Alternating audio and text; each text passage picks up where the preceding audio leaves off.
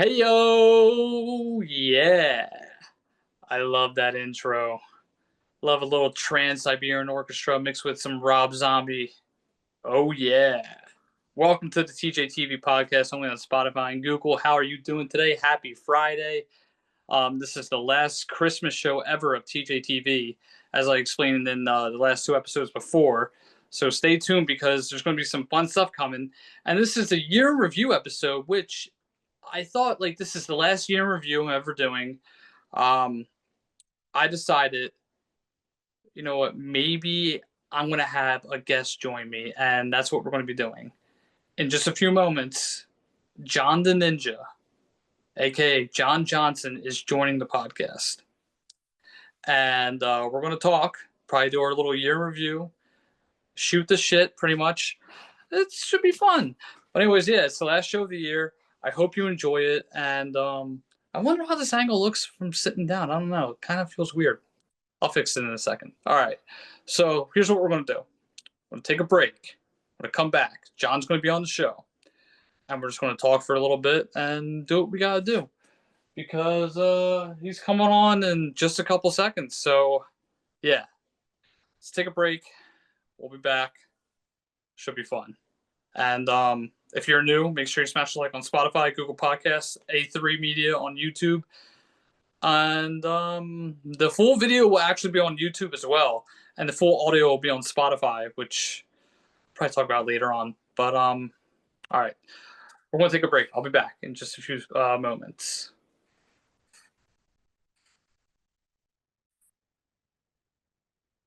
All right. I am here with John, the mother effing ninja.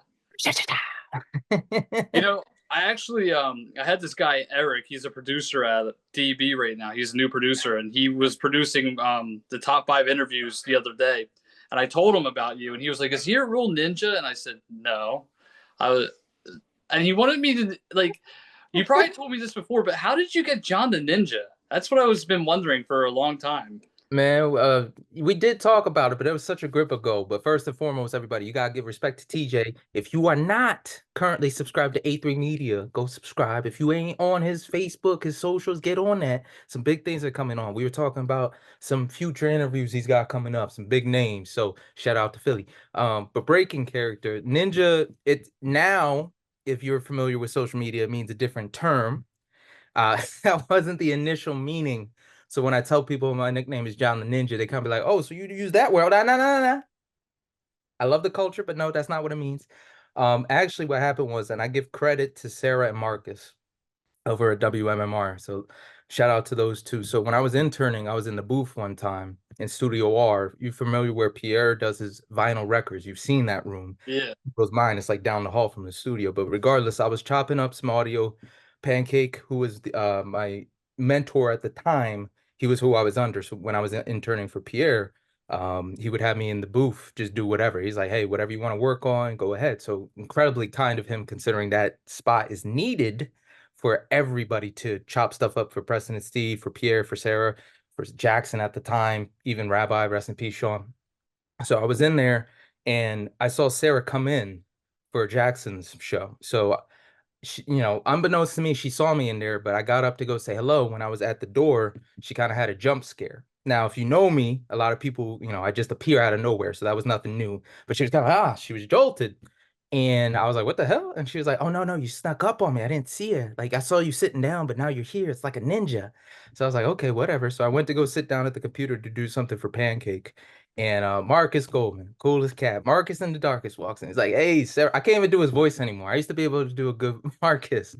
But he walked in, he said, "Hey, Sarah, who's the new guy?" And she's like, "Oh, that's John. He's a ninja." So I'll never forget. It was like the warmest welcome you could ever ask for. He goes like, "Hey, man, I heard you're a ninja. I'm gonna take you under my wing and we're gonna get you right." Marcus, I'm so sorry. I used to be able to do your voice so well. That was not even close. But that's how he's like, "Yo, you're a ninja. You're John the Ninja." So I was like, "Okay, whatever." And then the next day, everybody called me Ninja. So it stuck because if you remember, nicknames were a huge deal at the station. So if you got a nickname, you kind of solidified your place there. So that was like that's when it happened. And I was so gun-ho to keep it going that I stuck with Ninja. But about a year or two ago, it kind of changed the meaning. But yes, I've done martial arts. Yes, I'm pretty good at sneaking around. It fell in perfectly for all the iterations of the word and name, you know. I mean, you did tend to like show up at random places. Like whenever we did events together, you would always just show up, and I'm like, oh, like where did you come from? Man, that's not even what I remember. I remember you being so on par with the situation. Like I remember Donnie was like, "Yeah, we got a new guy. His name TJ." And I was like, "Is he, whatever." He's like, "Show him around." I'm like, "I show up. You already know everything. Like you did all I don't even think you did one shift, but after that shift, whenever you got to me, you like knew everything that had to be in there. You were handling people pretty well because if, when you set up the tent, people are trying to get free stuff. It's not a hassle, but you got to, you could be like, "Hey, give us a minute." You Yeah, did that wonderfully. Like you were so organized and so on it. I was like, bro, I don't even need to be here, bro. This is like when I was doing this by myself, except I got help this time. So you were pretty on it, man. That's why I think that's why our friendship kind of bonded so well because we were both hard workers and we kind of, at least I saw that in you. And I was like, you know what, this is a dude that's he's on the same wavelength. He's willing to go the distance for what he wants. So that's why I've always appreciated you. I think it was that first meeting. I was like, yo, he's on the same track.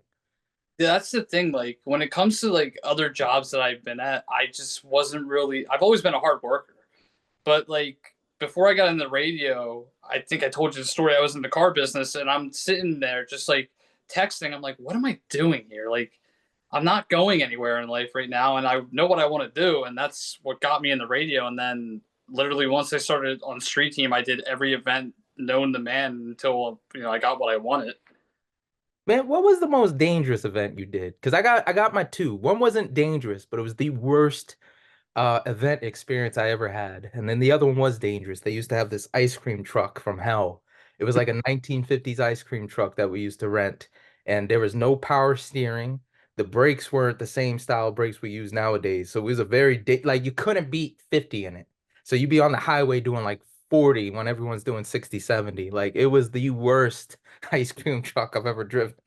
But that was probably the most dangerous. I remember YouTube was just annoying. That was my worst event. But what was one that was like, you could have skipped that one. It was a giant. It was at the new Giant at. It was in like Philly. It was at Ben FM. It was for Ben FM. It's always Ben. The suffering ones are always at Ben.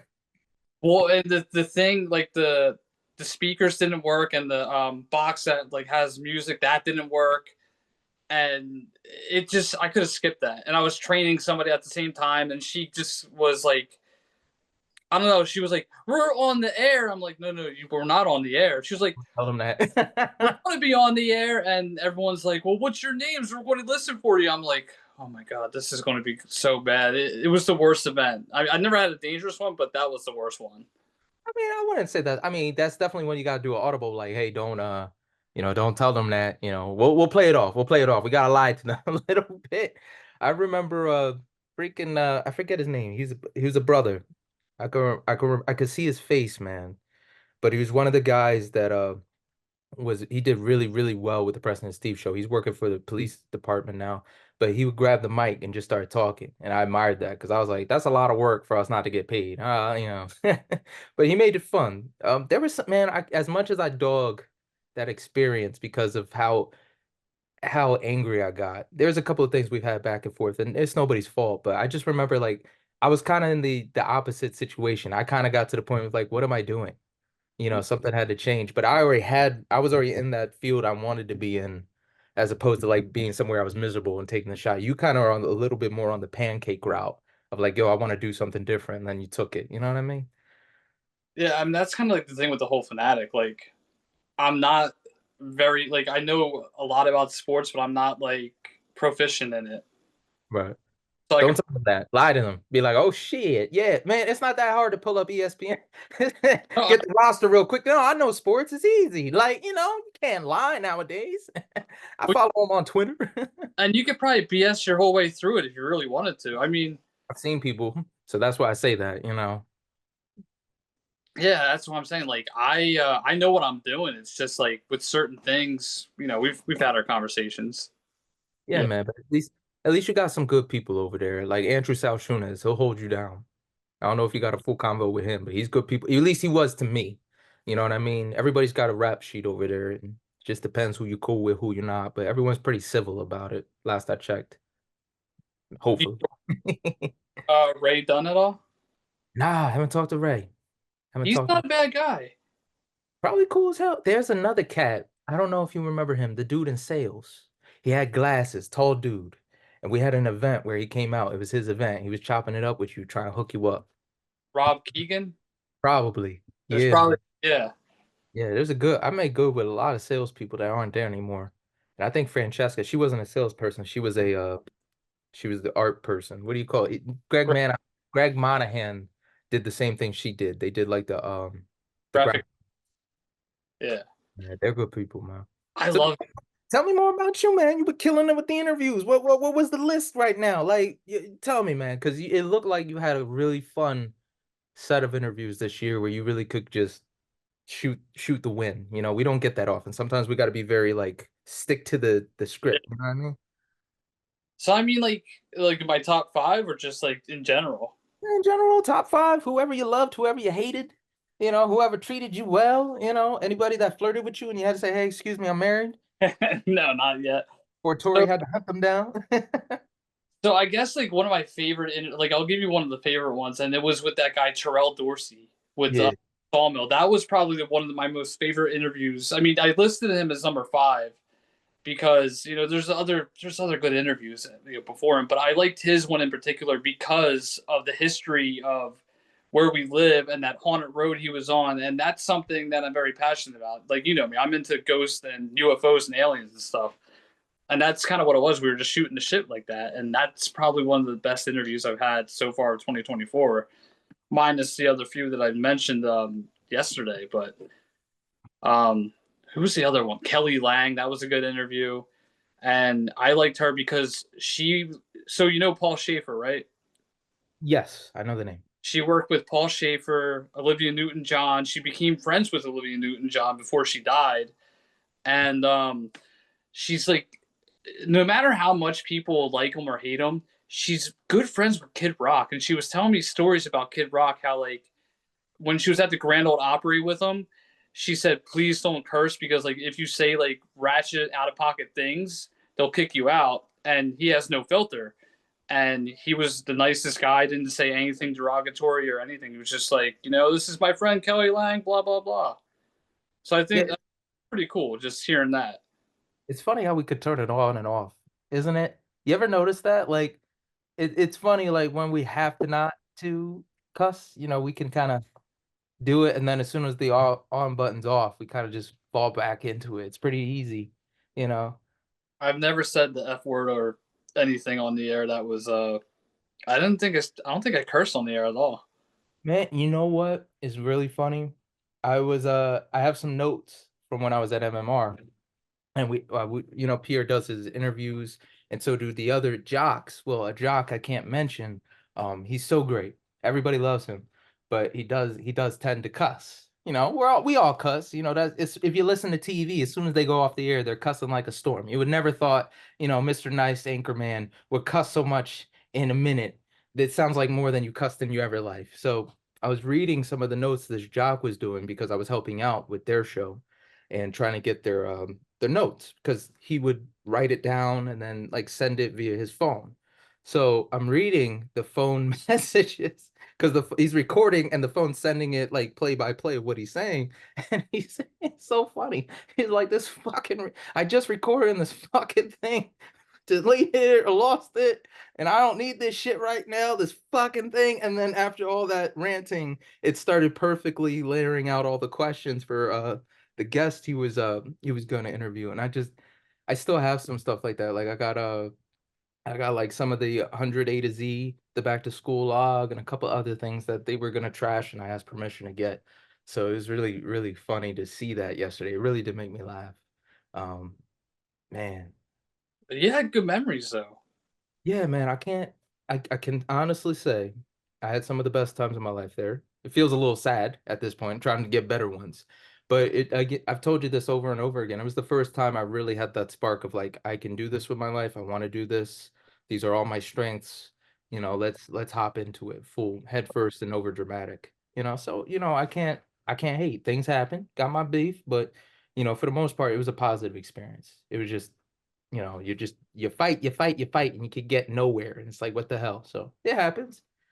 I guess the one thing that I kind of want, like, I expect it to just go in there and be on air, like right away. But then I didn't realize there's so many other factors you got to go. Like you got to have a demo, you got to put in your work, pay your dues, and it gets better over time and over time. And then like that's where I was kind of like fading away because I just strictly did AM radio, and then occasionally like something at MGK, and that was it. And then once I got the Fanatic, I was like, all right, I'm happy now. Like now I can actually move up somewhere. And then with Ben FM, it was even better because then I got to do that, and Kristen, she asked me to do Groundhog Day because they're doing something for Groundhog Day in February. So Man, I wish you told me I could have had beer on this. I want to be drinking water right now. Rule number one, people, it's actually if you're doing a professional interview, it's insulting to have a drink while you're on the interview. So just a heads up, but we're cool. We could do that. I, I'm drinking Monster right now. Man, It, we should have got beer. I I was at Home Depot and I was like, I want to get beer, and there was Christmas beer that I've been wanting for a while, and I called the beer place because usually they run out of it. I was like, do you have this beer? They're like, no. I'm like, and the furthest and the closest place I could probably get that beer is like 25 minutes away, and I'm debating whether I want to make that drive later on and just go and get it or not. I've done that. I've driven like an hour back and forth just to get some beer from Tired Hands. From from here in Jersey up to PA, back to Ardmore, hung out with my boy, got my drinks, got sober, and then came right back home just for that. So, you know what pissed me off? Because you know where I've been at. I can't mention it too much still. It's still on the DL for a lot of people. But that place where I was at, they have a yards. So I was super happy. I was like, let's get it. I'm gonna get me a brawler. I walk in there, man. They didn't have no brawler. They didn't have any of the other yards I'll be drinking. They had yards, like, Right. generic stuff. They didn't have like the specific PA stuff. New Jersey. I was just like, this sons of guns. I was mad as hell. Was um, Well, that's like the same thing in Colorado. They have beer out there, but it's not anything from PA. It's all different, like from different places. Yeah, man. Utah, you know what's funny? Utah, it's hard to find beer, and it might not be like upper level, like 8%, 10%, but some of their beer does hit. There's a couple of fives out there. There's one that was, oddly enough, it was a Ninja on the can as well that a girl over there put me on to, but they had some really interesting beers. Like that, it's not as strong, but the taste was very, very on par of what we like, you know? I read an interview with it was Bam back before he became like really crazy, Bam Margera, and he said he was in Utah, and apparently the beer stores up there they close at 6 or 7 o'clock at night because I guess it's like a law there, and you can't buy a certain amount of beer because of some law out there. Yeah, it's a bitch, bro. Because I was out there for a wedding, and not on purpose, because I didn't have a lot of time to party before my friends got there, because I went ahead of them to try and explore. So I visited the Mormon church, I saw their capital, hit a couple of the museums. It's beautiful if you love history or religion. If you got an open mind, you're really gonna love Utah and Salt Lake City. That's where I was at. But trying to find beer, it was easier to find like alcohol in general. So all my friends were good when they showed up, but I was having a hell of a time just trying to get some beer because I didn't drink like vodka or shots of anything else at the time. Now I'm a little bit more like, okay, we can take a swig, we'll be okay. But back then, yeah, it's incredibly, at least for me, might have changed, but I also didn't know where to go for it. You know what I mean? So that did make a difference. But I will say this, the worst thing about it is their water has so many minerals in it. It, Really? it tastes like you're drinking air. Oh, It doesn't taste like you're drinking anything.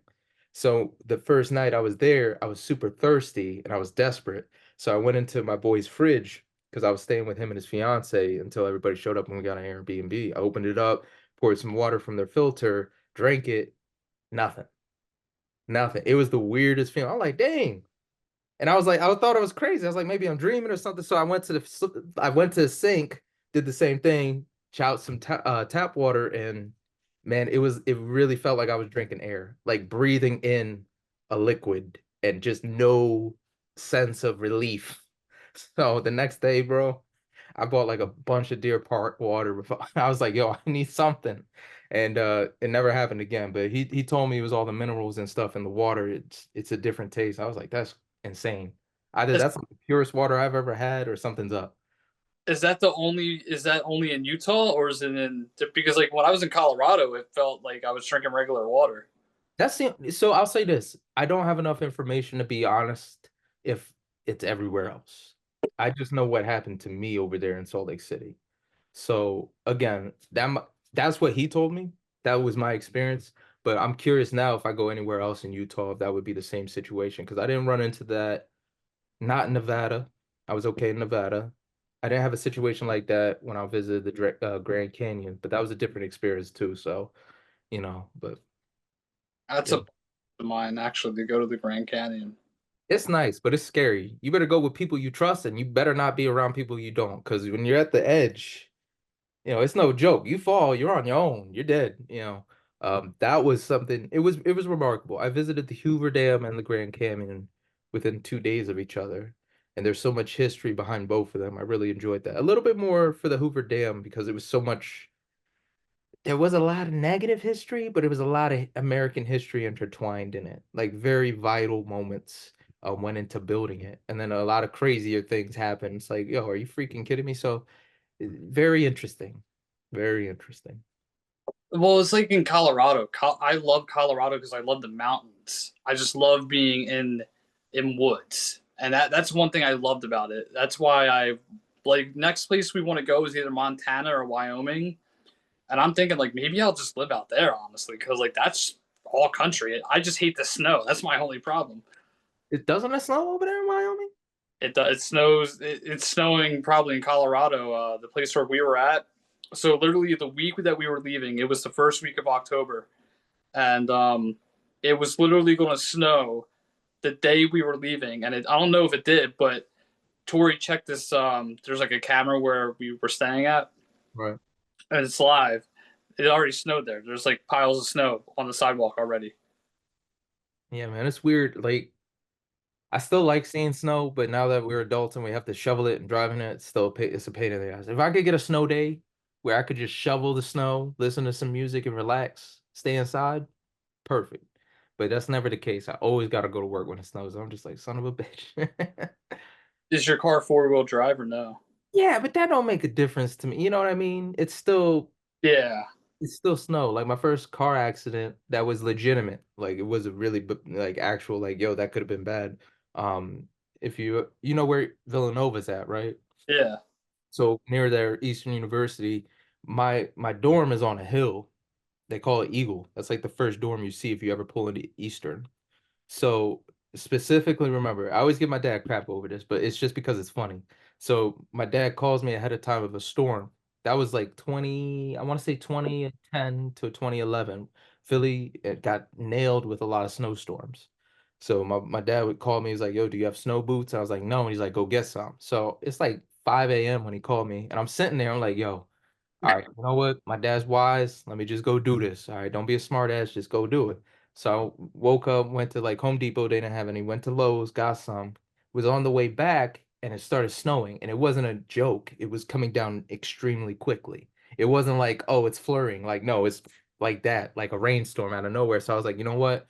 Worst comes to worst, I need gas. So I went to fill up, and by the time I was done, all this was in 10, 15 minutes of it starting and me getting gas.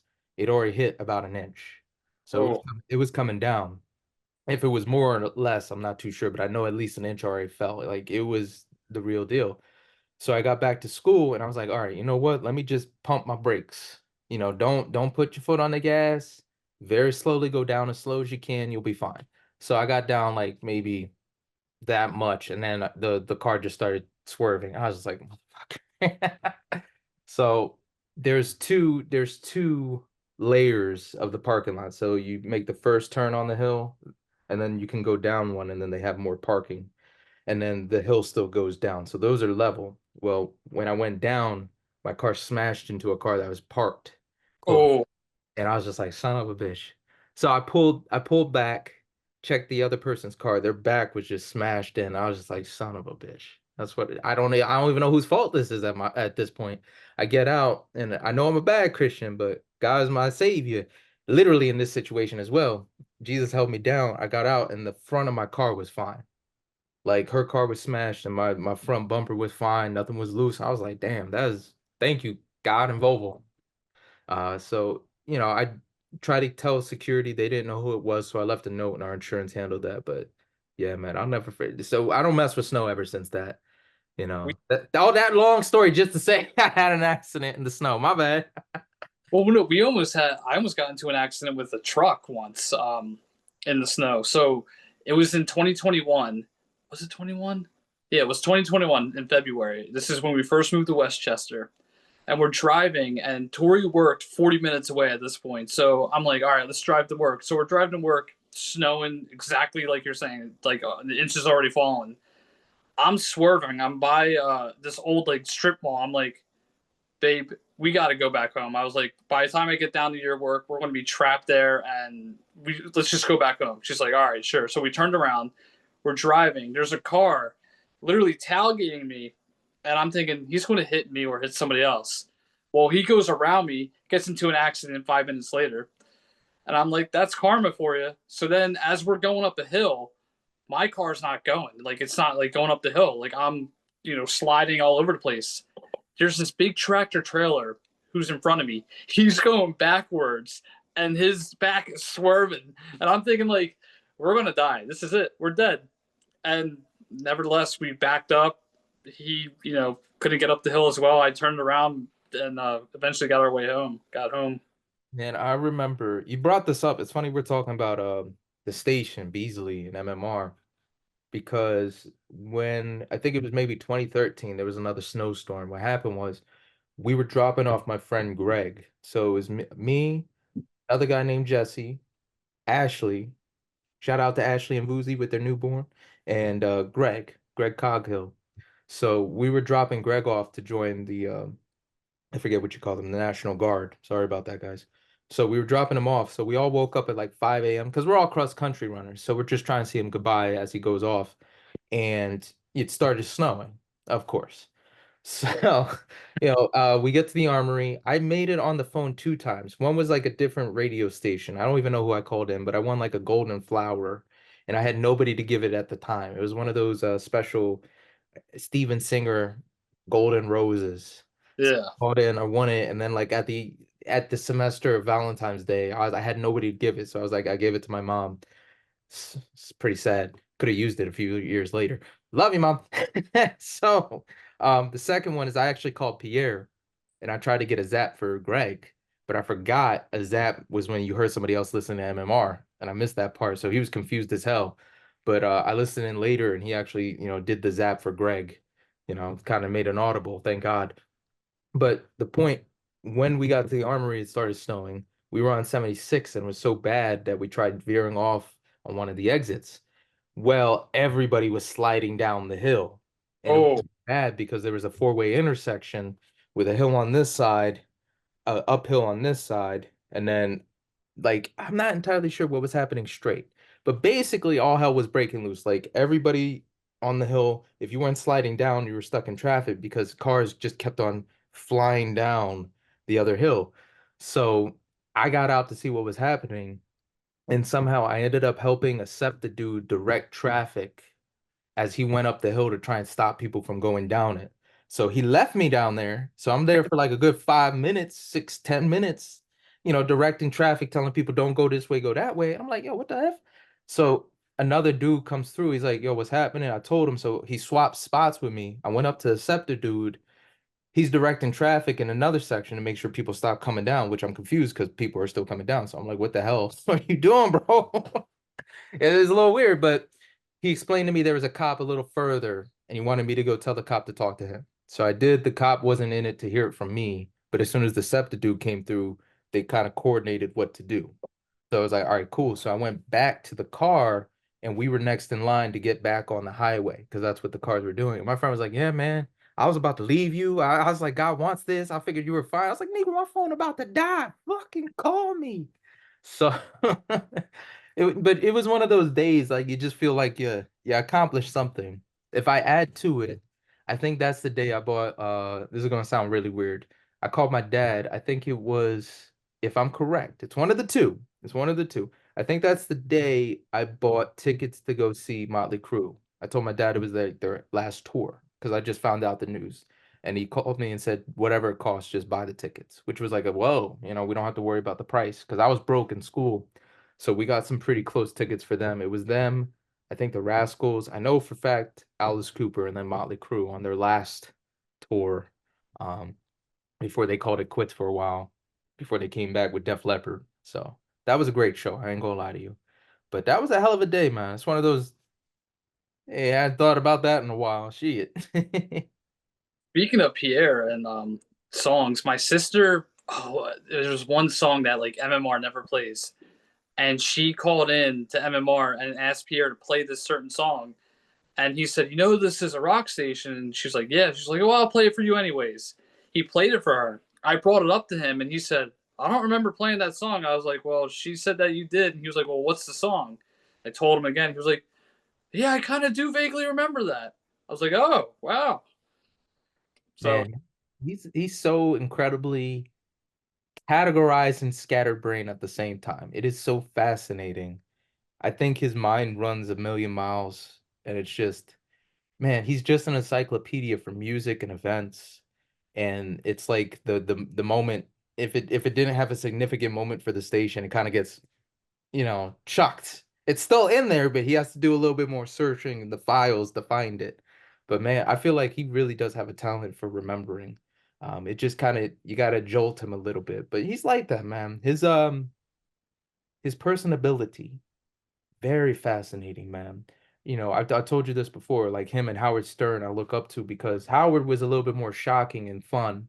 So, he would pick at people to try and get them to open up and it would work. But then he kind of changed his flow because he was so respected, people wanted to tell him. Pierre kind of has this ability to kind of make you feel comfortable even if you're not. Scott, who's I can see his face too. I'm bad with names, but Scott from Stone Temple Pilots came in, and this is right before, maybe 9 months, 8 months before he OD'd, and he was looking stern, wasn't in a big mood, and him and his fellow guitarist, who was also sad to say, he was about to OD, as well, but the whole band came in. Their drummer from their drummer was Stone, not Stone Temple Pilots. Queens of the Stone Age's drummer came in too. And I tried to say hello to Mr. Hey, sir, how are you doing? Scott wasn't having it. So they came in, really stern, wasn't smiling at all. No, even in the pictures, he was not smiling. He was kind of like grinning, like and during the interview, I'll never forget it. They were talking, and Pierre was having a grand old time with everybody. He talked to Scott, and he got him to crack a smile. Got him to crack. It's just a very small, just like, yeah, like he got him. And yeah, that's what impressed me about Pierre. Doesn't matter who, doesn't matter how, doesn't matter what's going on. He always has this ability to be personable and make you feel comfortable. People want to open up to him. Sometimes those people get a little confused, like what's going on, but it's a very fascinating skill to be able to do that, man. A lot of preachers aspire for that skill.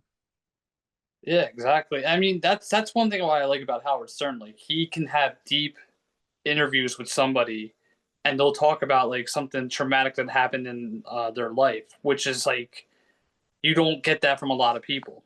Mhm. And I've had deep conversations with many people like on my show as well, and hearing their stories, it's just like brings me back to something traumatic that happened in my life, personally. Yeah, and you know what throws me off, man? Our style is so ridiculed sometimes too. Like I saw an interview with Arnold Schwarzenegger recently, and I understood what he meant, but he said the interviewer was so good because he was curious, because he wasn't looking at notes. And, he says a lot of people, journalists, like look at the note and read it off. And I'm like, I'm 50-50 on that. I am 50-50 on that because you're here to sell something. It's not like a casual conversation. You wouldn't be here if that was the case, unless we were friends.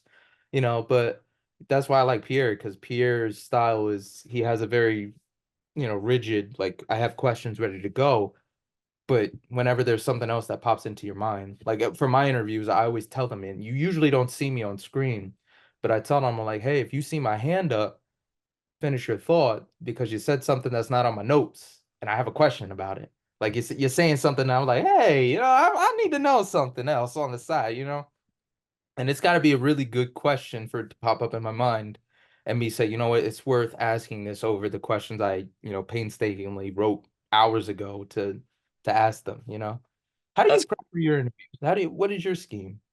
What, so my scheme.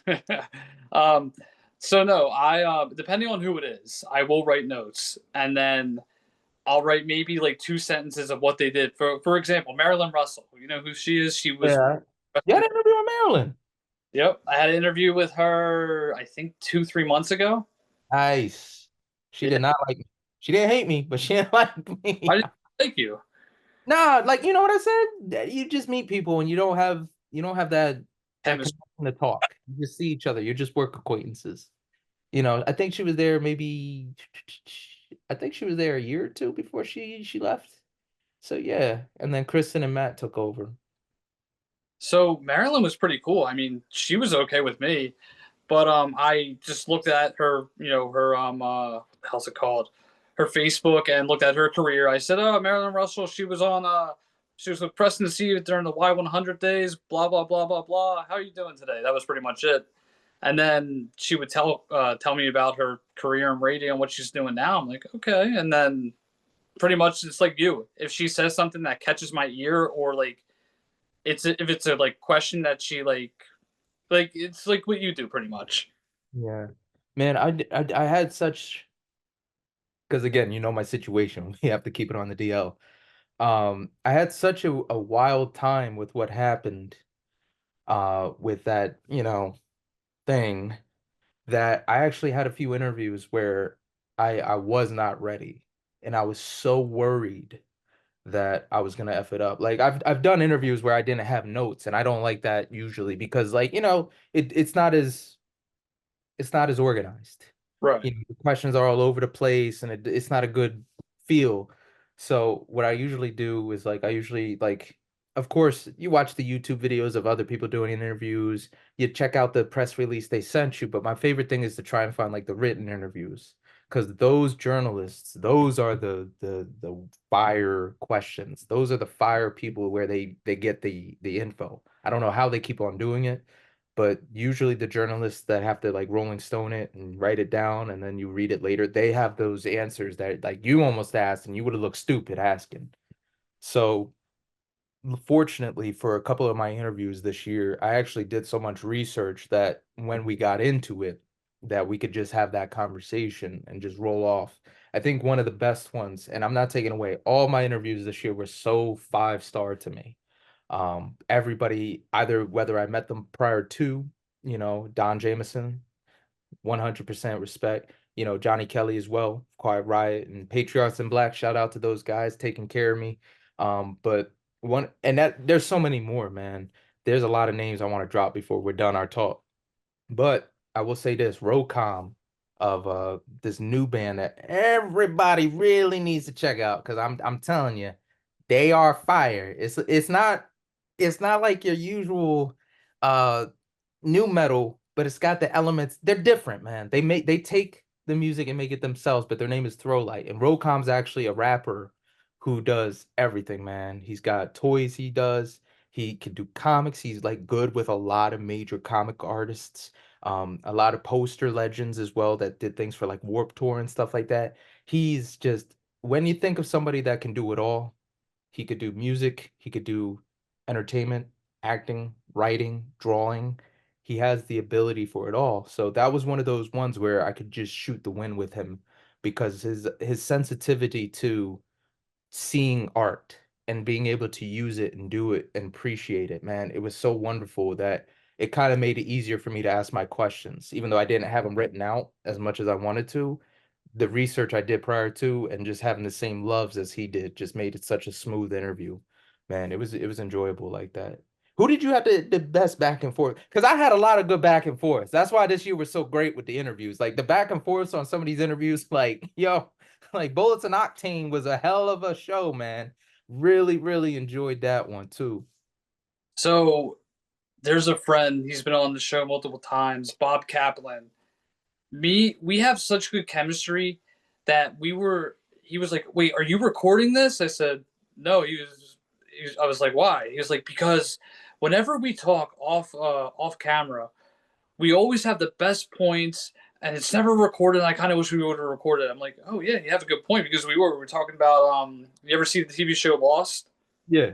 We were talking about that and the endings to TV shows, and we were just shooting the shit. And he was just like, "You should have recorded that because it would have been a great back and forth conversation." But we always have good conversations. That's always the best back and forth conversations we have because we're big TV and movie guys. Like we both like the same movies and TV shows. I mean, I would have been like, all right, let's re-record it. Come on, we're professionals. We can say it again. Man, you know what? And I think it's just kind of, remember, we turn it on, turn it off. We do the same thing, man. We had some really epic talks, but once the thing comes on, we don't talk like this, do we, in real life? No. Yeah, I mean, so it's just the fun. But I will say this, man. Sometimes when, especially again, back to these interviews, sometimes you be yourself. It's a little different because we know each other, but sometimes you get that little, it's really me talking through and through. But yeah, man, what a spectacular year for interviews we had. Like a lot of crazy good things happened for us, man. And watching your interviews, man, your style is kind of, it's authentic. That's the word, authentic. Because Well, nothing pisses me off more than seeing dudes that didn't try. If you tried and sucked or you tried and failed, I love you. I can tell. But there's some dudes that's like, yeah, man, so what do you do? I'm like, why do you have 1,000 subscribers? This is bullshit. well, the thing that I always like listen to my interview sometimes just to see how well I did it or how good I did it. And sometimes I always think I should have said that. I should have said that question in a different way than how I said it during the interview, if you know what I mean. Like, and I always kind of put myself down when it comes to like giving myself constructive criticism. That's what one thing I hate about listening to my interviews and shows. Man, you know what? I really, because I'm chopping up an interview. I got 3, 4, and 5 interviews. Jesus, have mercy. Hell of a year that I'm working on. But one of them, definitely at the beginning, I effed it up so bad, and she called me out on it, and I was mortified. I was just like, "Geez, Louise." But then the more we got into it, it got better. Other interview, I remember specifically John Bush. I did an interview with him, and God bless him, man. First thing he did when he got on there, I don't even think we knew each other prior to. I have no way. I think he was just excited to talk to a ninja. He's like, John the Ninja. I was like, all right, this is gonna be a good interview. And as I was going, it just felt like I was asking generic questions, I was asking dumbass questions, and I felt like he was really carrying the interview, like kind of knew where I was going and made it spectacular. But then I look back and I was like, you know what? Some of those questions were pretty decent. I think it's just we're so used to the high standard of who we look up to. We're kind of like, ah, shit, we could have did that a little better. And that comes with time, man. Like these guys have been doing for decades, literally decades. Like I still remember scrubbing. I was scrubbing the tapes. They actually had physical tapes at MMR, and they were trying to preserve them because they were decaying. So I spent one snowy afternoon trying to preserve 2 tapes. The first one was with Spock, Leonard Nimoy, and Pierre had a phone conversation with him in like 1980 when he was promoting his book, and MMR actually had like a Star Trek ID, and he played it for him, and he's like, "How did you get that?" He's like, "Oh, you did it for us years ago." And Leonard was hilarious. He was like, "Well, how incredibly fortunate for you!" Like, like really played into it. So there was that one, and then there was one where he randomly was in Hawaii, heard Tom Selleck was there, and then just walked around, harassed like a wedding, looking for Tom Selleck, looking for Magnum PI, went all over the place, and just when he gave up, he found them and got an interview. And then you think about it, like at that time, he already had interviews with other major stars when he did that. So how incredibly lucky. And we're over here getting those opportunities with huge names, and we're not even 10 years into our careers. You know what I mean? So Yeah. Well, it was amazing too. Like Speaking of when you messed up an interview, I messed up my interview with Lisa Wilcox because I said the wrong movie she was in. It was the right genre and right movie, but it was the wrong sequel. I said Lisa Wilcox from Nightmare on Elm Street 4, and I was like, "Did I say 4?" She was like, "Yeah, wrong sequel." I was like, "All right." She was like, "You want to start over?" I'm like, "Yeah, I'll start over real quick." And I had to start over, and then I was like, "All right, Lisa Wilcox from Nightmare on Elm Street 5, The Dream Child," and then I mean, she was cool about it, but she did call me out on that. I always tell them to call me out. Cause it's live TV technically to us, man. So I'm like, yo, if I mess up, fix it ASAP. We'll move on. And then I always either I take responsibility or I blame my producer Samuel. Yeah. Terrible, because he's been such a help. Especially he not getting paid.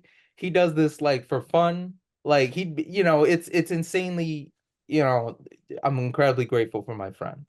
We have some really good friends, and he's one of those guys like does it part-time to the partest time and still makes time for me to do that when he's got a wife, a job, does like work for his city. Incredibly grateful for Samuel. Um, Samuel the Prophet. I'm trying to get my nephew to do producing. He's 18 or 19 now, and I'm like, dude, like you would be such a good producer. You don't have to be on air. All you got to do is just hit up people who I want and try to make it sound authentic. I was like, you can actually do it. He was just like, yeah, but I don't have people skills. I'm like, all you got to do is just send them a message, send them an email. I'll give you the rundown of what you should do or what you should say, and it would be easy. I'll say this, man. Just make him your publicist at that point. Because, like, Samuel, the reason I have Samuel as my producer is because when we were at WYBF, now at the defunct and goodbye, Eagle Road Winners, Eastern University over that place, Cabrini University. So when it was still shared by Villanova and Cabrini, WY 89.1 I'm trying to say WHYY, but that's not what it is. W something. I got the radio clips. I could play it later. But I could remember it's 89.1 WYBF. There we go. Very, very fortunate to have had my time there too. But he would come in and I just ask him to press a button. Like, oh, I gotta go to the bathroom when the song stops, press this button. Or hey, could you find this? There's so many times I effed up and I asked him to like on the air, didn't sign up for it, just talk BS as we go back and forth as I'm trying to get the bumper or this next song to play because of an F up. Maybe like it clipped on the CD or it didn't work or whatever reason. And he was so great at it. At the end of it, he was like a bona fide producer. Like if I needed something, he could just do it quickly, no problem, no questions, call people, interviews, whatever. So I never gave him the moniker of anything else but a producer. And I still tell him he won't do this, but I tell him put producer on your resume. Like you have, it was so great for him. So man, but the publicist thing, tell him like it was Samuel's idea. I'm always formal in my emails, and our industry isn't as formal as I try and be because I have a problem. I want to be respectful. I want to like present like, hey, you know what? Give respect to get respect. Yeah. But a lot of the times when he sent out emails, and mind you, he's doing this on his own free time, like random as hell. Like I can't, he told me he was like, "Hey man, I can't promise you I can do this for you at any capacity. Like if I get an email, that shit might not be read for like 3 weeks." But he's been on it, and he's not disrespectful, but he's been in corporate situations. He's been in more office type situations. He's just straightforward with it. Hey, my name's Samuel. I'm with John the Ninja Podcast. John's done this. We want to interview with so and so. Can we make this happen? Thanks. I always be saying like God bless, sincerely, all this other shit. He's just like, you would honestly, the way I read it, I was like, yo, you sound like an asshole, bro. And everybody else, especially some of the great publicists I've been dealing with, they were so responsive. Like years, but like, hey, can we do this? Can we do that? Nothing. He did it. Hey, sorry, we can't do this. Would you work with so and so? And then that opens doors, as you know, to one interview and then another interview, and then, you know, absolutely fascinating. I love him to the T. He's done such, man, I it's nice. There was one interview I did with her name was Brianne Davis, and she wrote a book about sex and love in Hollywood. But her book was just strictly about sex. It was kind of raunchy. She lied to you. Sells, huh? I read a little bit of the book, and I told her, yeah, I read your book, and then I asked her a question because I'm thinking if it's a book about sex, you obviously this question obviously has to be asked. So I asked her, does size matter? And she said no. She emailed me a day later and said, "Hey, I need you to take that out." I'm like, "What do you mean?" She's like, "The size matter." I'm like, "Why?" Like, I was like, "You're the one. You said it was okay if I said it." She was like, "Yeah, I don't. I want that taken out." I'm like, "Oh, okay." Yeah, man, I will say this. I've had two interviews, and the people in that community will know exactly who I'm talking to, but they have some really career messing up moments, or at least legacy messing up moments that happened recently for both of them. Two individuals, two different dudes. And as journalists, we have a responsibility to ask those questions that the public want to know, but we also have a responsibility to put it in a light that's true and honest. So for one of them, it was a cut and dry. It was like, hey, listen, I want to mention this. I know you already talked about it. We don't have to. Is it okay if I do? He's like, can we ignore it? I said, cool, no problem. The other one, way more serious, like a huge deal. Like, yo, as a person of color, I really do have to ask this question. This is a little crazy considering the people you work with and the things you've done and who you are. So I brought it up. I always tell my guests, like, if there's anything that bothers you, just say skip out of respect, because the whole point is you're giving me your time. I want to give it back to you. Okay. You're giving me an opportunity. I want to sell you properly to give back. So I always tell them just say skip. So I addressed the issues that he went through earlier. I told him right off the jump, like, hey, because of this in your career and because of what happened, I know what you said earlier.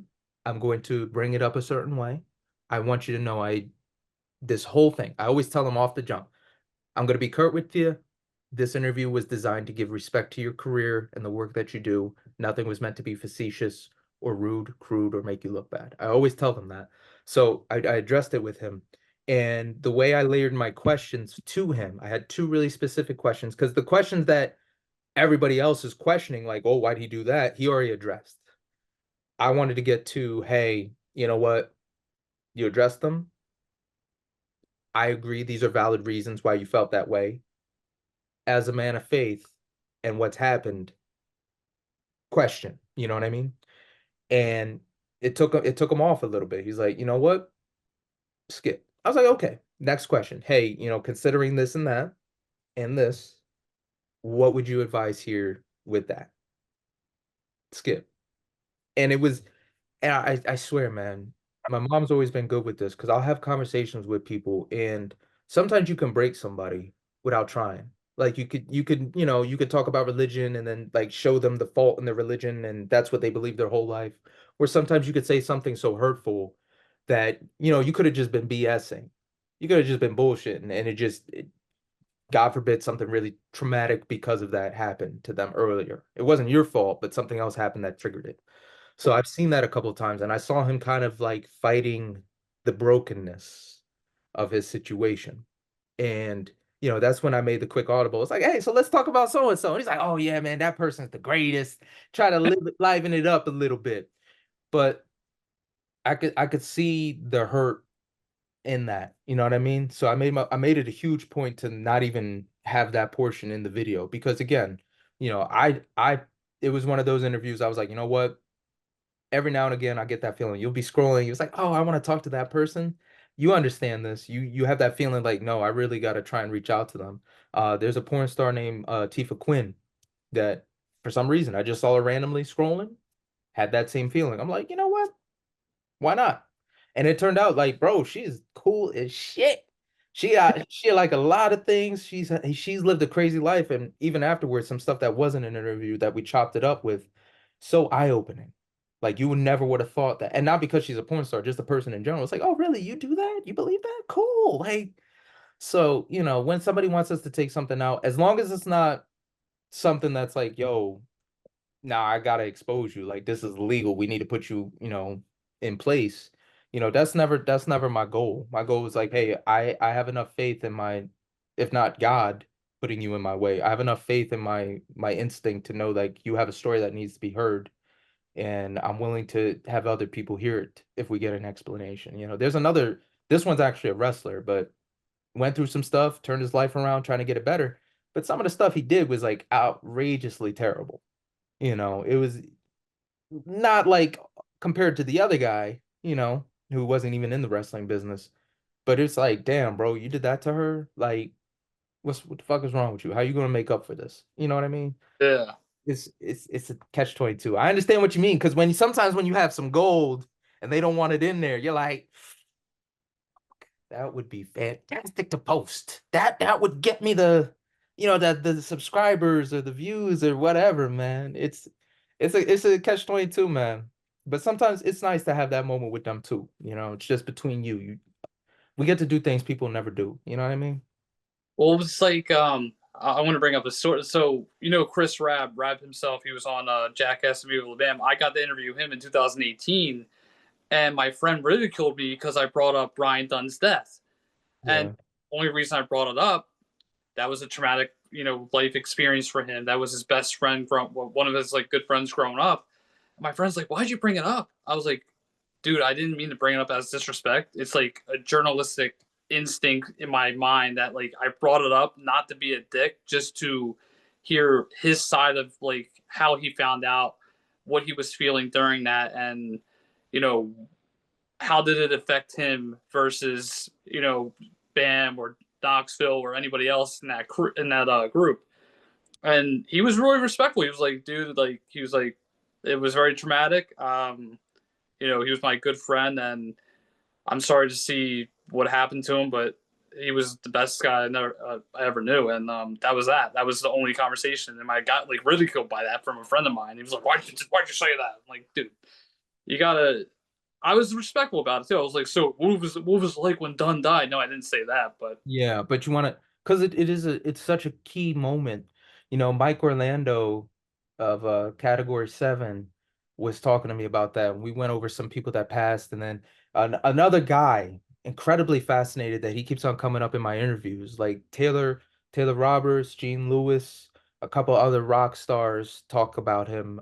Like even I think even Johnny Kelly, I'm not entirely sure too, but the Rev. Man, his reach. Another guy that was so, entertaining, not entertaining, I'm sorry, that's the wrong word. He was sensitive to the art, is what I meant to say. Just like I said for Rocom, another guy that was sensitive to what was happening musically and artistically.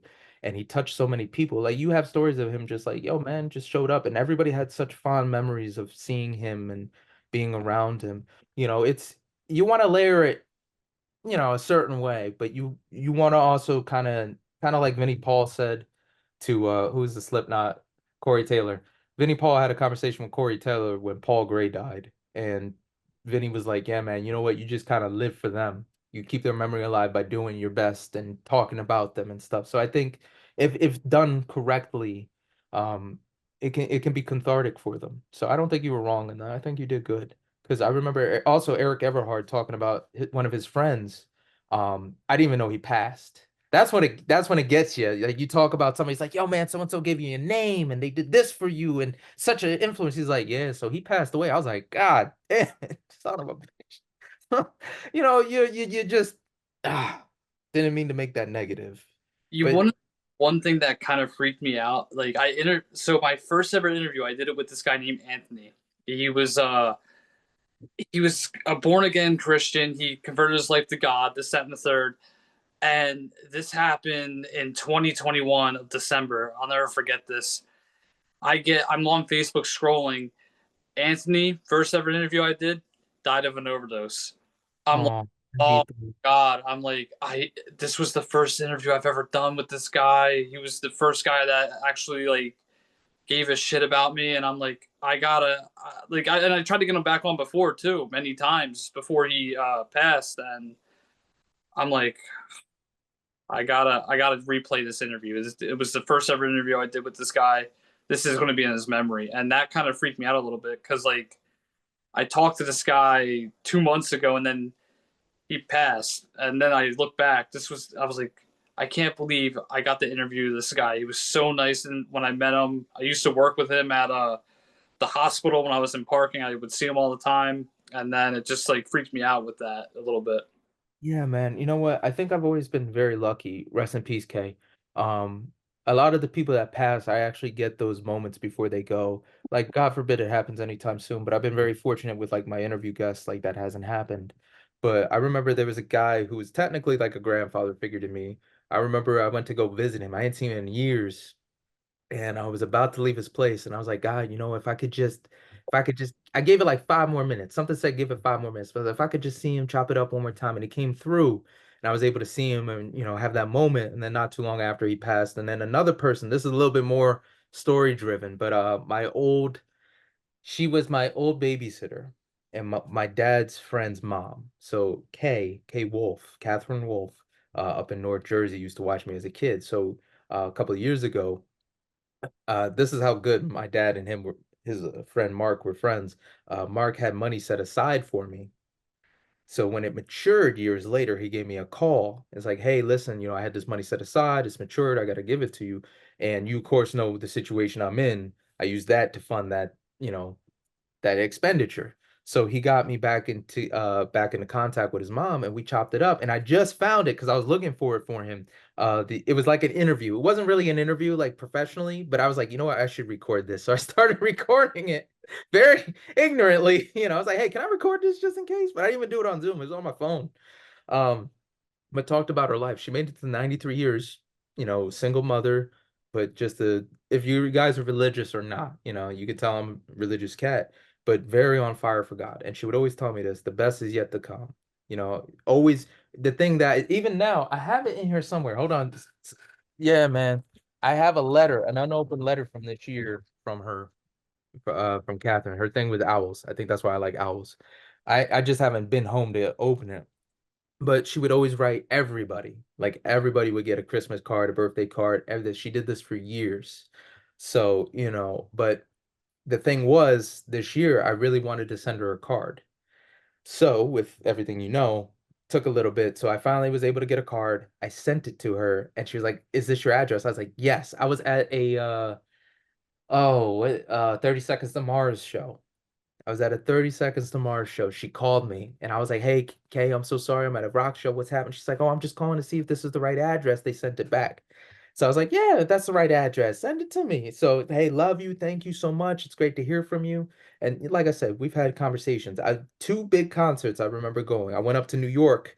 I saw Rage Against the Machine at Madison Square Garden. I saw Eric Clapton. And on both those trips, I gave her a call. And we had like 2 hour, 3 hour conversations about life and what to do and just put you on fire for God before you went to go rage against the government. So that last show was the last time I talked to her because I got wind like a month ago. Maybe no, it was October. Yeah, December. So November, October, probably November. I probably October is the last time I texted her because she could still text in her old age. But November, I got the news right before that moment I told you on the phone about a couple weeks ago. Yeah. Right before those things happened, she passed away, and I felt my heart just broke for her son and her family because they're good people, but I've always been fortunate to have that last second, that last moment with them before. I usually don't have an inclining it's coming, like, oh, they're about to check out, but I'm always grateful God gives me that moment. Onion Man's passing away too, because the spiritual world's been hitting me too, man. I'm finding it fascinating, man. If you I don't know if you checked out my interview with Richie the barber, that the clown that's a barber, quite literally. But he got saved, and that's why I wanted to talk to him because he did it all. He was Yeah. drinking and smoking and effing and partying and all that, and then he kind of had that stereotypical coming to God moment. Like I was so broken, and then finally, and now everything he wanted is coming to fruition. His business is doing good, at least as far as I could tell. He's getting the notoriety he was fighting for, trying to be famous. He got married. He was always looking for a woman, like trying to be with somebody. So I understand that surrender. But then I also kind of have a different Christian story where it's like I didn't have that like, oh, I'm broken, I'm going to hell, God save me. It's kind of like a tap on the shoulder. So Yeah. that's why my heart breaks for your man, because like there's I talked to Aaron, what's his name? Aaron Thompson, Small Hands, the porn star. I talked to him about that. Like, you grew up in that environment, like praise God, love God. That was my story. I always kind of had I had a different outlook than they did. So I think that's why I'm okay with my beliefs. And he'd be like, yeah, man, I just couldn't keep doing it. I was sitting there praying every day to God and I didn't hear nothing back. And then all of a sudden, when I started living life on my terms, things got better. Yeah. And back to, I'm sorry, I'm jumping around, man. I talked to another cat named James Baker, who's of Rorschach Test, an industrial metal band. And I brought that up to him, and he was like, you know what? God can use anybody. Just because he's not following God doesn't mean he's not doing good for God, in a ghetto or a rock star or whatever he's doing. So, there's so many questions spiritually. Like I think your man just I think for him, he still had a physical problem. And I don't think it always gets fixed for people. Some people will be like, oh, well, he wasn't really saved or he was this and that. I think it's two different spectrums that are too hard to tell. Sometimes you do get saved, but the physical chemicals in your mind of that addiction just aren't broken. And Yeah. sometimes you get saved and the spirit takes over and then the chemicals are good. Or sometimes you get saved, the spirit takes over, but the chemicals you just have a I know you know this. I know that you know this. There's a moment in your life where you were so dead set on something, on doing it, the adrenaline was running. It didn't matter what addiction problem you had, whatever your goal was, you were gonna burn through whatever to get to it. It Oh, didn't. So I think that also coincides with some people getting saved too. Sometimes they get that extra boost. Everything I believe is scientifically based. So spiritually is scientific as well. But I do think there's a difference between the two as well. So I think, for him, it might have just been like maybe he was saved. He just still had the struggle physically. Um, I'm not at liberty to say at this moment. I will say this, like I've seen God do some amazing things spiritually. I've seen him do amazing things physically. Life's too hard to try and beat people down to be like, yo, man, like you're not saved or something. I'm like, listen, if you know you're going to hell, let me make you comfortable before you get there. Let me love you now. Make sure you're feeling good before you show up. And if you're not and you're a brother, like let me help you get to where you want to go spiritually. Like life's too difficult to be a dickhead about it to people. Like, yo, what makes you comfortable now? How can I help you? You know what I mean? So, it's heartbreaking when you hear shit like that. well, I kind of when you talk about spiritually, I kind of bring it back to when my grandfather was going through his because he passed away, as you know, recently. He the whole family was at his house, and I kid you not, this is where I come in with like ghosts and stuff. My grandmother, she's been dead since I was 4, so I don't really remember her, but I felt like a presence like on the right side of my shoulder, and I felt like a whisper was going in my ear. Like I heard like somebody whisper. I'm like looking around, like, is that my sister's kids? And I was like, no, they're on the other side, like further away. I was like, is that my grandmother telling me that something's going to happen? And I think that was in that sense. And the cool thing about that was it's not kind of cool, but like the day my grandfather died, my mom was in the hospital. I feel so bad for my mom because she never got to say goodbye. She had emergency surgery. She didn't wake up from her surgery. They gave her too much anesthesia, and she was in the ICU. And I left work to go make sure she was okay. She was fine. She said, "Go visit your grandfather because this might be the last time you saw him." Tori and I went to Delaware, which is 30 minutes away from where we live now, and we saw him. 2 hours later, I got a phone call that he passed away. I'm like, like my mom knew that he was going that day. She didn't know how she knew, but she knew he was going that day because she was in the hospital, never got to say goodbye, and she knew like that was his last day on Earth. 11 o'clock at night. Yeah, man. And again, I talked to somebody the other day because I have really funny stories about that. I have two really great stories. One you people have to find. It's an Easter egg on one of my videos. If you can find it, good luck, but it's not out to the public, but it is attainable. It's on the internet. That one is my favorite one. I still give God the glory on that one. I don't care what it was. But there's another one. I was with a chick, different story. I was with a chick. We were both, being intimate. Nothing was gonna happen. We both were under that understanding. But we're adults, so we're making out in bed. And I'll never forget this, right? We were making out. I guarantee you, people, nothing was gonna happen sexually below the belt. But we're adults. We kiss in different areas. We like kissing. That's what we do. So, bro, I lied to you now. She kisses me, and a second after that kiss, I felt a legitimate stab in my abdomen. I felt a stab. And I thought like, oh, it's go time. Everything I've been warned about in life is this moment. So I roll out of bed, I grab my phone, I turn the light on. I'm like, what the fuck? I look at myself looking for blood, and she's like, "What's wrong?" Like she's legitimately deer in headlights. Like, what happened? I've been stabbed before, not like with a full-on knife, but you know that feeling of a needle and a knife, and it was so sharp. I'll never forget the feeling. So I rolled out of bed. I was like, "You didn't stab me? Did you kiss here or something?" She didn't kiss nowhere near it, nothing. I searched the room. Like I'm looking like a full-on jackass at this moment. Moment gone. And I'm like, I'm befuddled. So in my head for like years, years, I'm like, yo, I probably just had a cramp, man. Probably just had a cramp. Maybe I cramped up. Maybe I'm a bitch or something. So I say this respectfully to her and whoever, she's more spiritual than I am. She's more into the spirits.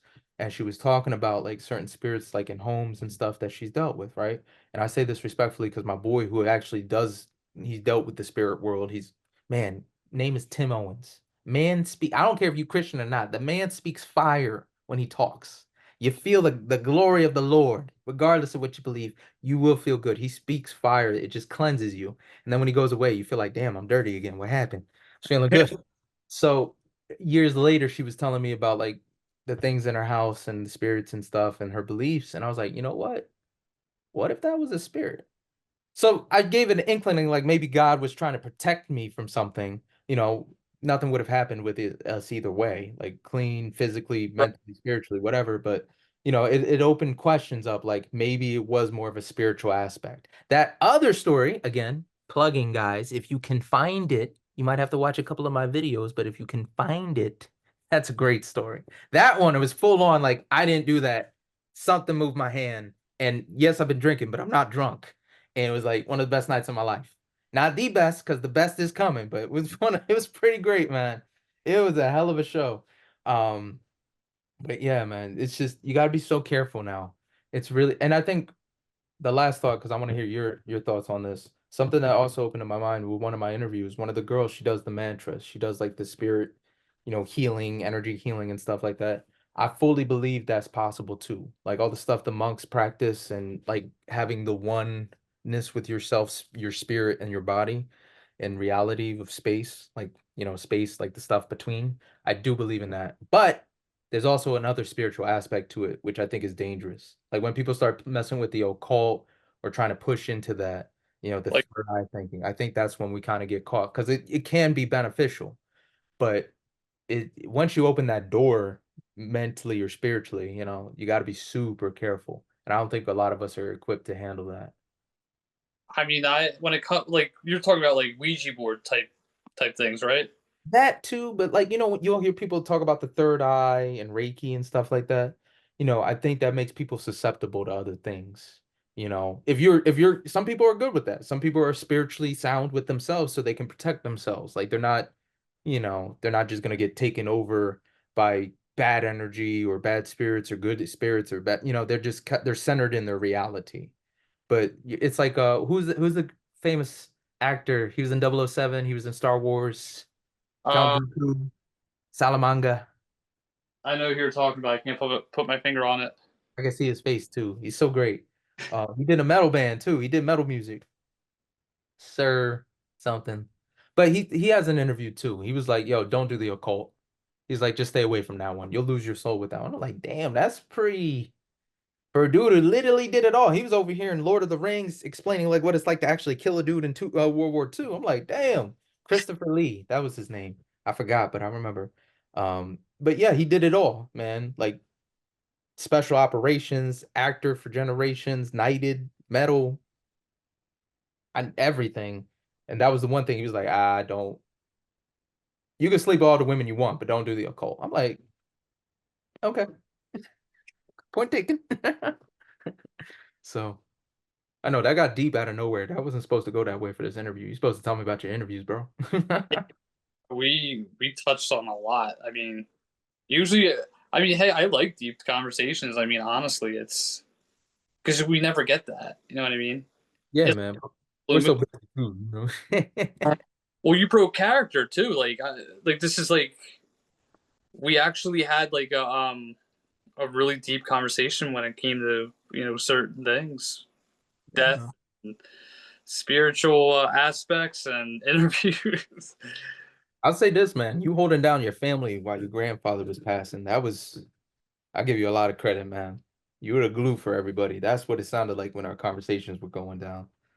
it it's weird too because like towards the end, like 7 years ago when Tori and I started dating, I kind of steered away from my family a little bit. Like we were going through some things, and I'm not gonna get into it, but I kind of didn't really go to and I still don't like I didn't go to Thanksgiving dinners. I would always do stuff with Tori's family, and I still do it now just because like I know how my family gets. But once he was like dying because he was supposed to go. We all thought he was going to die in September. Right. Um, I think everyone appreciated that I came by and actually got to see him and spend multiple weekends with him while he was, going, when he was slowly going. And when we were in Colorado, I was convinced he was going to go once I left, and I had to come back. But that wasn't the case. I was like, oh, good, good. I get to enjoy a vacation. But yeah, no, I was convinced that that was going to happen. But I think everyone appreciated me being there when he was slowly, going away. Yeah, man, it's weird, bro. It's we are at that age now. We gotta step up and go through all the insurance and whatnot, but no, we have some interesting times. Interesting times. That's one thing I'm like upset about. Like I'm sitting here. I was watching a movie, Dear Santa on Paramount Plus with Jack Black. Watching the movie, I start crying at the end of it, and it's becoming more and more common with these Christmas movies because like I remember him always being there for like during a Christmas time. Like he was like I've seen him like the whole year, but like always around Christmas time, it was always special because like he was there and it was real. Like just being around family and then him being there and now he's not there, and it's just like a weird it's weird with him not being around. Hmm. And my mom, I talked to her the other day and she was like, yeah, I'm not happy anymore. I said, yeah, I can imagine. And I was like, it's still new that your father passed away, you know. Yeah, DL Hughley says something. He's like, even if you had your dad the whole time, you still feel like an orphan, you know. So it's man, it's tricky. Some people go and it's kind of like you kind of have to party because we're the life of the party, so you can't just be upset about it. And sometimes it hits you, and you're like, yeah, that still hurts, but you kind of live with it. The You live. one Well, I was going to say the one cool thing that happened during his funeral my grandmother and grandfather, they're in like a wall in the cemetery. So like being the guy that carries the casket, I forget what's a pallbearer. So it was my cousin, my father, and a few other people. We just carried his casket onto this little hydraulics machine, and the hydraulic machine, went up. And as they were putting him in the wall, I kid you not, sunlight was shining on the casket as he was being put in the wall, and I was like, "Is that him? His spirit going up, and we just don't see it yet?" Oh, that's a good question. Because that a lot of people wonder is like, okay, depending on what religion you believe, you die instantly, your spirit's released, you die, you go to sleep, and then later on you're released. Some people don't believe it. It's like there's nothing. It depends on the person. Yeah, that's a cool. I always take those moments more of like I have a real fun with discerning the difference between coincidence and God throwing a loop. Like a lot of times in my life, like I had one time I was leaving a spot. There was a girl I was trying to talk to. She put it on blast, like, no, we're not talking. I saw her again at like a dance. It was like a swing dance class. Started chopping it up with me a lot, invited me to go dancing. Saw her again at that other dancing time. Tried talking to her, blew me off, said, I'm leaving, it's fine. As I was leaving, she was leaving too. And I was sitting there like, you know what? This is a wonderful coincidence. I don't believe it's God giving me the alley oop, but I'd be stupid not to try. So that was one of those times I was like, ah, that's not spiritual. But then there'd be something like the other day I was walking out, I was leaving a spot, but I wanted to do one more thing, and as I did, there was like a beautiful view and a couple of things that meant something to me. That's when you kind of like, okay, I see what God's trying to do right now. So it depends on for you what it means, I think. But I always try and tell people that because not everything's a coincidence. Something like that, I would say more so is spiritual in the along the way you're doing it. But I'll tell you, man, sometimes like you're better off just believing it was coincidence. Because if you try and make it spiritual, you're gonna mess yourself up. You're like, well, what is God saying? Negro, nothing. This is life. It just happens. Okay, we're rolling through space right now. It happens. What I, happened to the belief in evolution? Go that route. and I do believe that whether it's good or bad, there always is a plan that God wants you to do something. Because like I do pray very I'll pray about like, hey, please let me do good at work. Don't let any bad blood happen. Or if I have a check that's supposed to go out, please don't take the check yet. Just let me get like a couple extra dollars in. And sometimes it works. And there were some times where like I would pray and then like it would be a horrible day. I'd be like for example something happened with one of the checks that I had. I think I told you this. Yeah. And I'm thinking like, okay, that's probably because he was trying to tell like there's probably like something behind this story, why it happened like this. And I think it will get better eventually, But yeah, Yeah, man. Speaking of cash, there's something that just happened for my family that was like a blessing. But I told you that story, man. Like Samuel's mom. Y'all don't know Samuel the prophet, not my producer, the actual Samuel in the Bible. Like his mom couldn't have a kid. Her baby daddy's wife, the other wife, because you can have more than one back in the day, like would taunt her, and she was so like, "Hey God, I'm doing everything I can. You're not providing." The Bible's very explicit. Old Testament, New Testament, Jesus, Proverbs. If you want something, just ask God for it. He won't withhold it for you, but you got to believe He's gonna hold you down. Sometimes you can challenge Him. That's fine. But you kind of have to have that faith He's gonna come through for you, and He always delivers, man. I know a lot of people, especially like when I was talking about Aaron praying, praying, praying, but it depends on what avenue you are. I like the idea that God is God, so he's gonna get the good credit anyway. But then there's other times you're like, this is too much not to say, hey, I just got a blessing thrown to me specifically. Like I said, sometimes it's coincidence, sometimes it's God. You get yeah.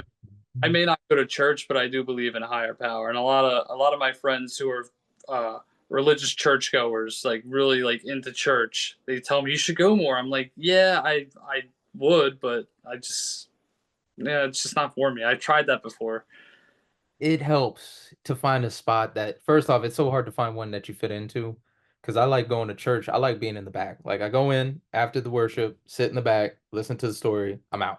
The idea of the church aspect is just finding a group of people that you can build your spiritual trust with. If you go through something, you could talk to them, you could build that. I get that. I think more so too, for me, at least give God the time. If you could read the Bible, if you can at least pray, a little worship music. I know I like my striper.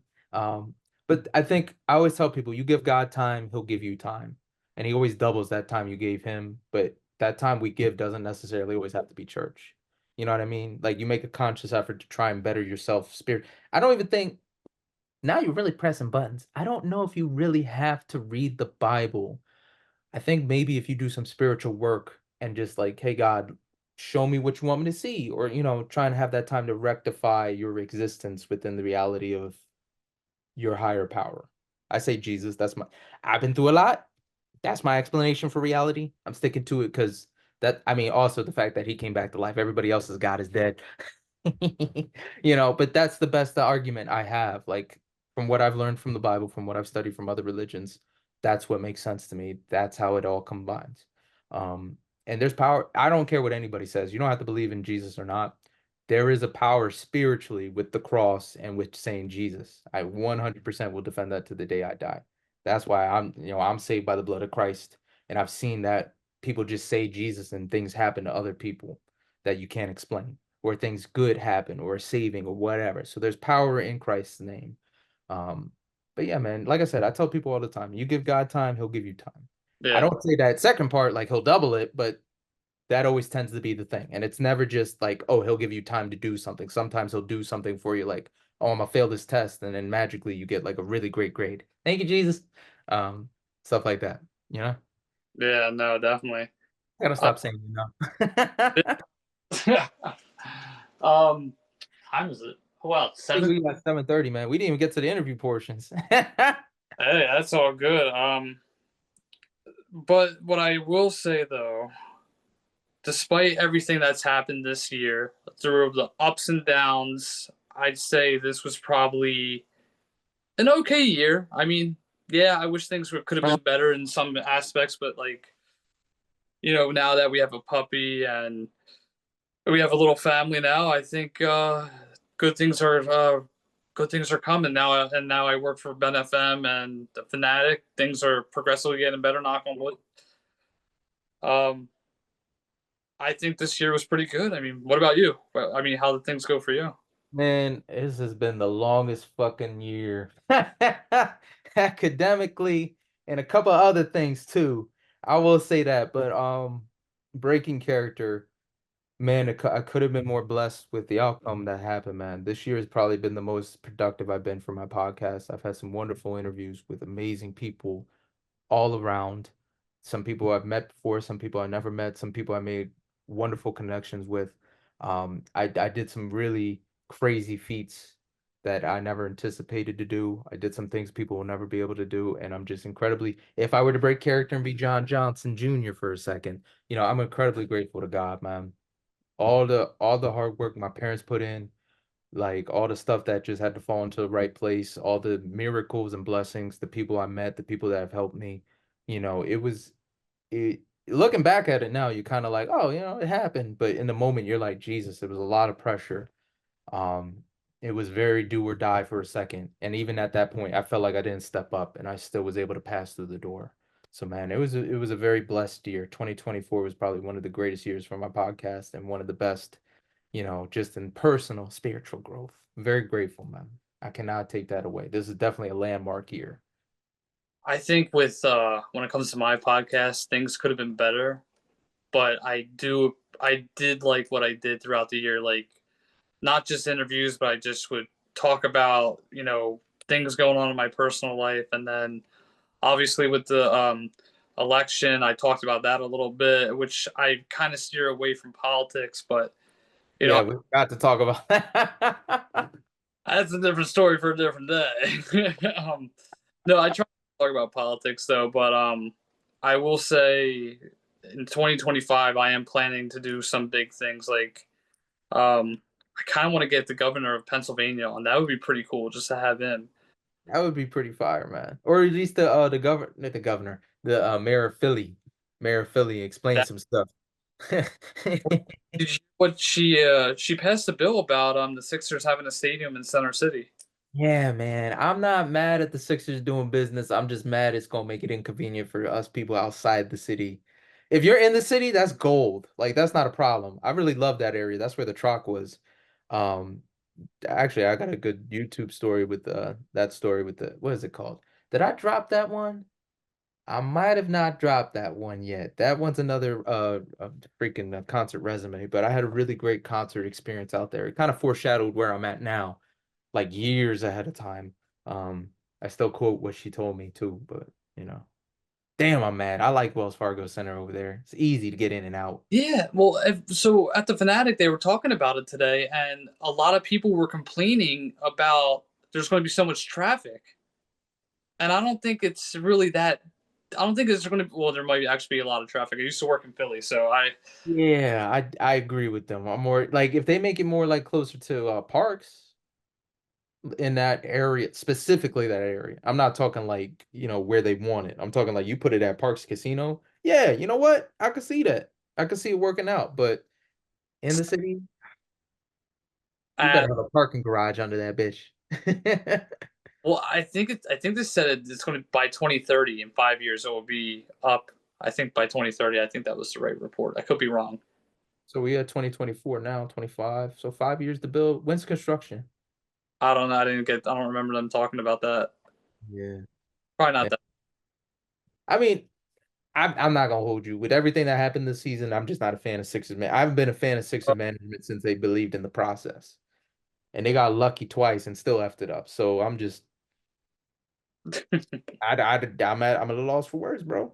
What about the Eagles? I mean, the Eagles are doing. I got issues with them too. I'm pissed off at everybody. The only good thing I can say right now, due to a lot of factors, not just the one person I mentioned in the past, Pittsburgh's getting their ass beat. That's the only thing that's happening. And I love Mike Tomlin. He's the only person there I respect on a professional sports level. I got beef with the city. I hate the Penguins. I hate the Steelers. Even though I got the card, I take that back. I don't hate the Steelers. I do like a couple of their players. I have a lot of respect for some of their players. It's the city itself that pissed me off. A couple like key moments in my life. I'm like, damn, y'all hit one, two, three, just to send me over the goddamn moon. So I love the players. I do have admiration for the teams. I probably would really, really love Pittsburgh for what it is and what I've been told. Like it's my personality, but man, I have beef with Pittsburgh at the moment. Feel like I'm owed an apology. But but yeah, man, I still love the Eagles. I had my issues with them in the past too. Um like I said, I like Cowboys, I like the Eagles, I like the Nets, I like the Sixers. Like Philly's so integral to my heart. I have a passion for these teams. I still love these teams, but what kills me about Philly realistically is we're no longer the underdog and we still continue to play that way. Our management on every team F's us over, even when we have something good going on. And we always try and play with this. I love the story for the Eagles with the underdog story, and we won the Super Bowl and all that, but that's not Philadelphia. All right, we some hard workers.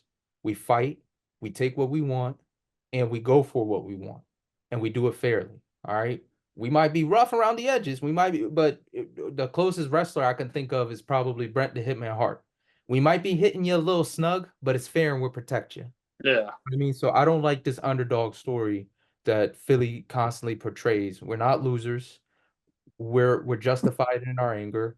And I want a team to pull up and just 100%, kind of like what happened to Pittsburgh. Okay, we're beating you mercilessly, and because we've been screwed over so many times, you're going to be the example. And then the next team, we're beating you mercilessly because we've been made fun of, you're the example. I don't want just one team to get beat. I want a consistent ass beating for every team to put them on notice like the New England Patriots did when they were coming up, like the Bulls like they did. Okay, I want some I don't want nobody to get hurt, but I want that Pistons, those 91, 92 Pistons mentality. Get out of my way. That's what pisses me off about Philly sports teams. We're not losers. We're not weak. We are not underdogs. We take what we want. And I feel like the city's been disserviced time and time again because of our teams not stepping up to the plate or something stupid, giving hope for wonderful playoffs the whole season and then dropping out first line. I'm incredibly pissed off at the Philadelphia mentality. If we kept Butler, different story. If we lose fighting, Butler was the best thing that ever happened to us. Not Joel, no offense. I love him. He's wonderful. I absolutely love him. But we were in studio, bro. I was in studio at the Fanatic when they got the message. We were first in line to be told Jimmy Butler coming to Philadelphia. Negroes were going crazy. And because he wanted people to step up, they took him away. Now look at us. What happened to the Heat after that? We need that Butler mentality, bro.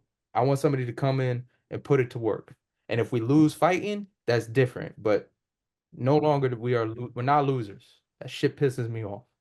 And Mm. the process was the dumbest shit I ever heard. Let's lose on purpose. Fuck that. People pay hard money for us to you come to a game to see your team win. Why would they're only $2 tickets? Bitch, I still gotta drive. I still gotta get here. I still gotta lose sleep over this. Like Yeah. No, I got you. Um. incredibly furious with all our sports teams. We lost one of them. Bryce Harper too. I know he's doing good. He's trying better, but I need more. I need more fist fights where he doesn't lose. I need him to make some cold ass statements with that bat and the home runs. Like cold, like hurt feelings. Like yeah, I got that home run on you. Stare him down. Fear of God. All right, I'm done ranting. I'm pissed. Thanks a lot, TJ. No problem. Do you have any plans for 2025 before we get out of here? None that I can relay. Like I said, I do have a couple of interviews I have to drop. I'm a little dismayed. But 2025 is looking to be something special. as well. But again, I just always ask God to, to help me out, to guide me. But 2025 really is up in the air, man. I really can't say. The only thing I can hopefully ask people to do is subscribe to both of us, because I'm this close to 1,000 on Instagram and YouTube. And I really started trying the YouTube thing. What was it like? Pandemic was 2020. 2020. Yeah, so I started the podcast legitimately around like 26. I take that back. Probably 2016 we could say the podcast started because of the interviews started. Um, but it really got deep in like 2019, 2020, trying to make monetize and do all that dumb shit. Now it doesn't mean anything. You can't make money like you used to, but Uh, if I could still get that 1,000, that's something I've been fighting for a long time, to try and get 1,000 YouTube hits, because that kind of, even if they don't give you the interview, they'll at least give you the time, because it's either views on one video or your YouTube subscribers. So it makes the difference. So that's a goal. I'm like, you know what? Let's seal the deal on this and keep pushing. well, that's the thing. Like, I want to. I gotta get that one sheet together for send to you, so you can send it to your friends, so I can get this A3 media going. Because Free media, you won't get a better opportunity. it's like I wanna grow it more than what it really is. There's only 15 subscribers, and I know we can get more because the views are there. People are watching, and it's not like I'm promoting it because I am. It's just you know. Yeah, man. It's funny. Like a video can hit a lot of like views and nobody subscribe. You're like, damn, what do I got to do?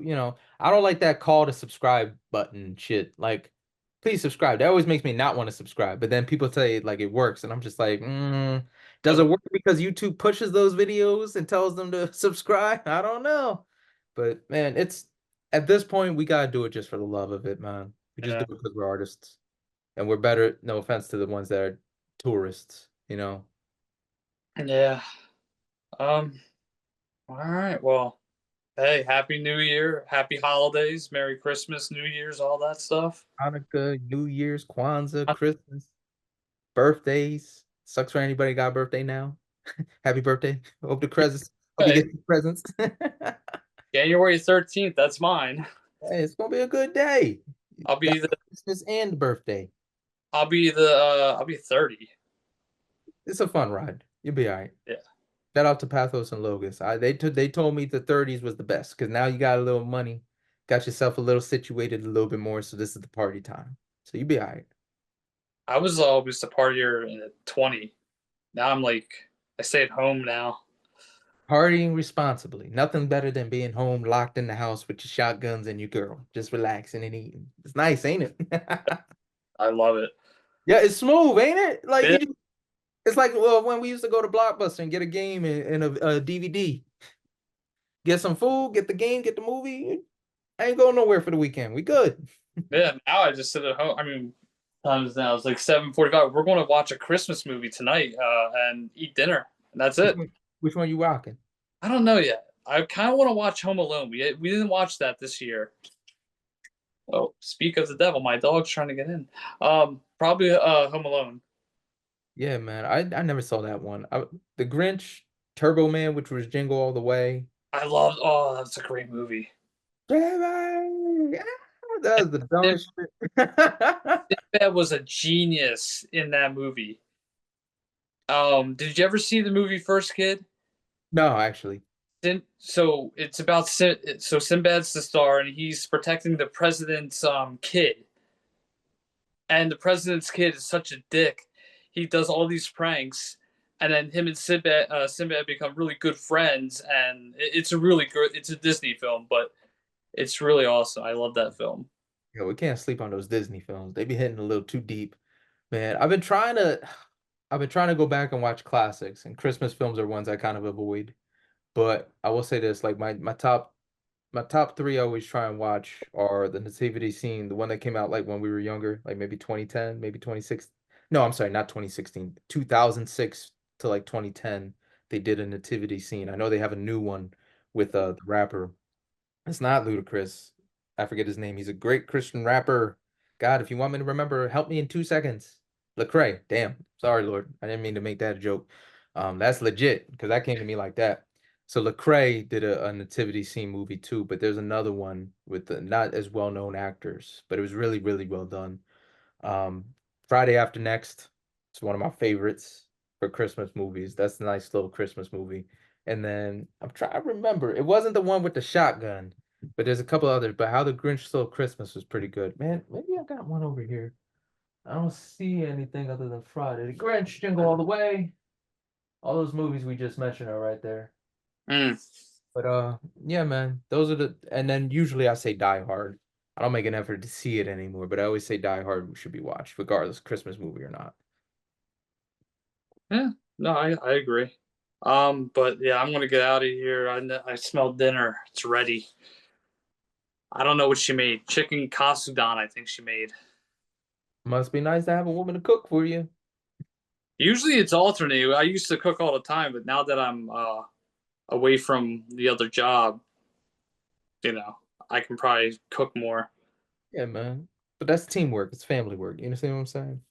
So Yeah. it's good. But TJ, thank you. A3 Media. Thank you so much for having John the Ninja of the John the Ninja podcast hop on. You've been such a wonderful friend to me.